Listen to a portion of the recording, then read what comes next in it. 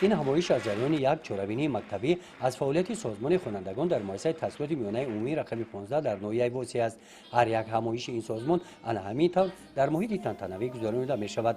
سازمان خوانندگان از 3 زینه عبارت است. زینه اول اختران خوانندگان صنف‌های از 1 تا 4، زینه دوم وارثان سامانی خوانندگان صنف‌های 5 تا 9 و زینه سوم سامانیان نام دارد. با این زینه خوانندگان صنف‌های 10 و 11 به اعضایی قبول کرده می شوند. در جمع آمد نوبتی سازمان خوانندگان این خوانندگان به زینه وارثان سامانی قبول گردیدند.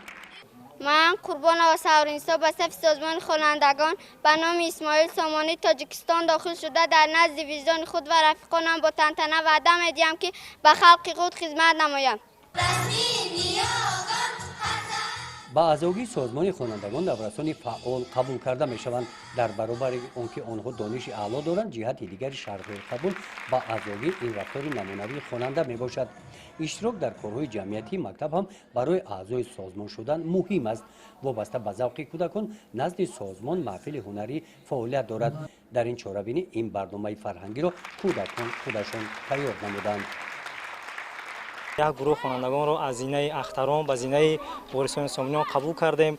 وظیفه اساسی سازمان از آن عبارت است که ما پیدا نمودن چهره اصلی خواننده بهترین، تربیت نمودن در ساحه علم و معرفت.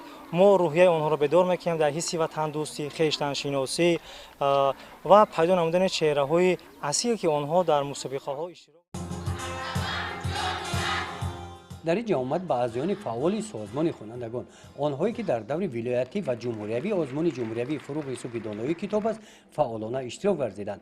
از نام رهبریت ریاست معارف ولایت و شعبه معارف ناحیه آنها با سپاسنامه قدر کرده شدند. با همین یک جمع آمد سازمان خوانندگان در این مکتب جنبش گردید. گزارش خواجه نظریف خدای نظر زهروف از ناحیه بوسه برای برنامه اطلاعاتی نوید.